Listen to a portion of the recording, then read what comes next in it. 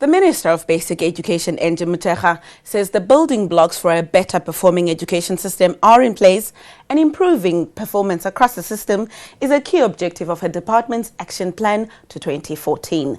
Motshekga tabled an overall budget of 17.6 billion rand. Today we stand before this House to account and seek a fresh mandate for the 2013-14 program on the strength of observable advances we have made with the nation over time to build a better education system for a better life for all. The overall budget for 2013-2014 for the Department of Basic Education stands at 17.592 billion. Last year it was 16.344 billion, which is an increase of about 1.248 billion, which confirms government's commitment to education. The budget allocation for provincial education departments stands at 173,454 million, which will reach 199 billion in 2015-2016. In this budget, Chair Umalus has been allocated 97.6 million in 2013, which will reach 112.7 million in 2015-2016 to cover its expanded mandate.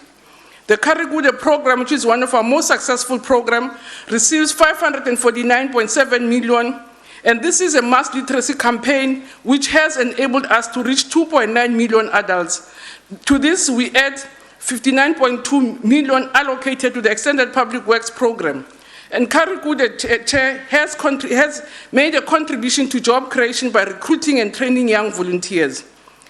The Karikude volunteers comprise 44 monitors, 203 coordinators, 3,703 supervisors, and 38,000 educators, including the 250 helpers for blind volunteers.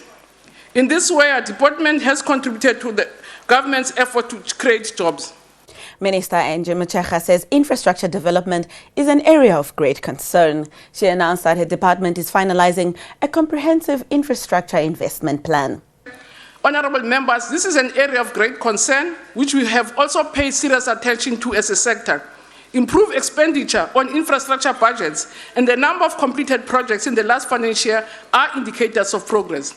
More schools do receive water, sanitation, electrification, and many more continue to do so. SIP 13 will also drive skills development and job creation. We want to see synergy in the infrastructure planning between national and provincial departments. The benefit will be schools that are in areas where people live. Thus, we are finalizing a comprehensive infrastructure investment plan. We were also working on partnerships with the Department of Labor and Correctional Services for the supply of school furniture. We have developed plans to close once and for all the chapter of potholes and hanging ceilings in our classroom. So the infrastructure allocation for 2013 stands at 6.30 billion for the provincial allocation, and it will increase to 10 billion in 2014. And the amount of 1.9 billion will go to the school backlog grant called ASIDI, run by the National Department. And it's also important to share ASIDI challenges, Chair, that amongst others we had challenges with the contractors that were used by our service provider. And because I'm running out of time, Chair, I will not tell you or go into details as to which schools, how many schools are going to be done. I think we'll do that through the committee. So we will provide sanitation to a number of schools, and we want to thank the many South Africans who supported us in providing and maintaining school infrastructure, because schools in the Eastern Cape will never be the same again. Those who had seen the new schools we built in the Eastern Cape will agree they are state-of-the-art institutions with fully furnished libraries, labs, and admin blocks. By the end of May, we will hand over the completed schools to the province so that they can pass them officially to people. Because if we say we're going to finish math schools by 2015, it means by 2014 you'll still see a math school, if your logic works well. If we say the project finishes in 2015, it means 2013, 2014, expect one. What you need to judge us on is what is it that we're doing towards 2015. On matric results, the minister said there had been sustained improvement last year. This, she said, was as a result of systematic interventions for strengthening and raising performance in all levels of the education system. The matric pass rate climbed to 73.9% in 2012, and I'm quite confident that our target of 75% is well within reach. We are on target also to deliver the 175,000 university entrants by 2014. In 2012, the number of grade learners who qualified for bachelor's degrees rose to 136 learners. Members, I wonder if you know that under this government, the number of learners who became ready for bachelor level studies almost doubled over the last 12 years, from around 70,000 to 136,000. With the number of passes in matric increasing, the number of passes in physical science increasing, we have, Chair, in line with the President's call, established a maths and science task team to help us identify challenges in this area. And for that purpose, the Naledi program, which is supposed to deal with maths and science, has been allocated 105 million. We are very encouraged, honorable members, by the recent trends in the international maths and science study, which bear testimony to our gains. In the last team's report, South Africa, I think you have to listen quite carefully, South Africa improvement in maths of 67 team points between 2007 and 2011, or 7 points per year on average, is among the steepest seen by a team's participant, even higher than Brazil.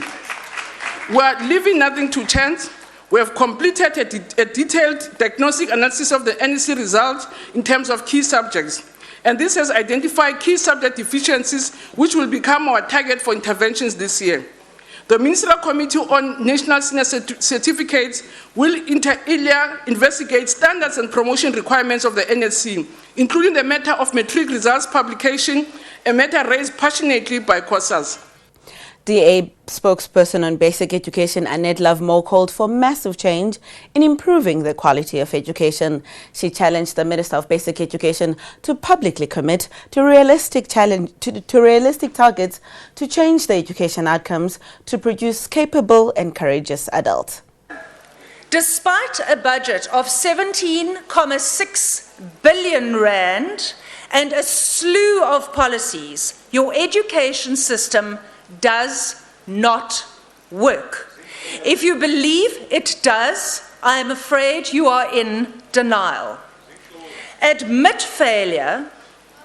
Until you do, you will never make the massive changes that are required for this country to succeed. Understand why you are educating. Understand that education is the foundation for the future for every child and for this country. Commit to success and commit to removing every obstacle to success. That will include SATU. SATU immobilizes most any attempt to reprofessionalize teaching and provide quality education. You are in charge, Minister, and you have to make that unconditionally clear.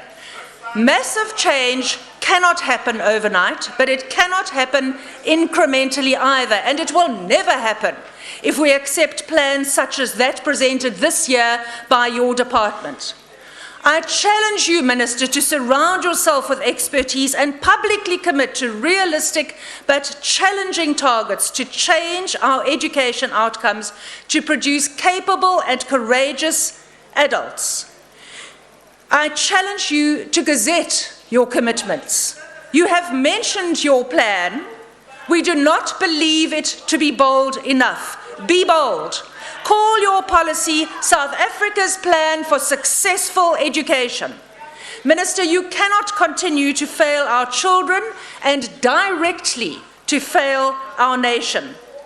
I remind you, the greatest danger for most of us lies not in setting our aim too high and falling short, but in setting our aim too low and achieving our mark. Willie Madisha of COPE said his party is convinced the present government has failed to ensure that people get access to basic education. He said many children drop out of school and many more of those who remain in schools receive education of poor quality in overcrowded and run-down classrooms. In the Alfred Nzo municipality in the Eastern Cape, there are more than 10 schools, and in Amatole, for example, municipality, we have more than 30 mud schools. Many schools in Limpopo are in a very bad state. School roofs are lacking and leaking. Holes on the floor and windows are broken. For example, at Jaji Secondary School, teachers and pupils are forced to open umbrellas in the classrooms when it is raining because of the leaks in the roof. You don't know where, about the place that we are talking about. In Silverton, in Limpopo, children are taught under marula trees.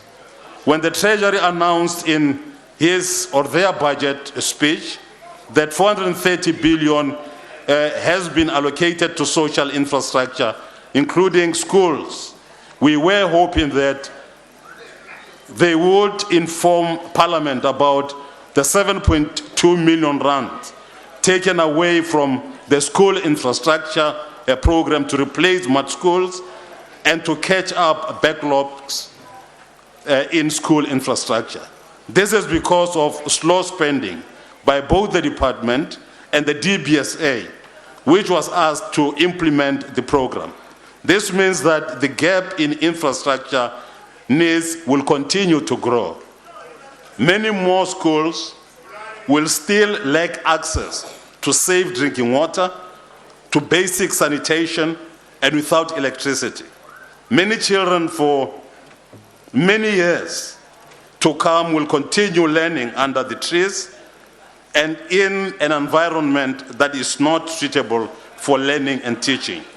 The government, on the other hand, will continue to make promises to improve, education. And the antithesis, of course, shall always be the case.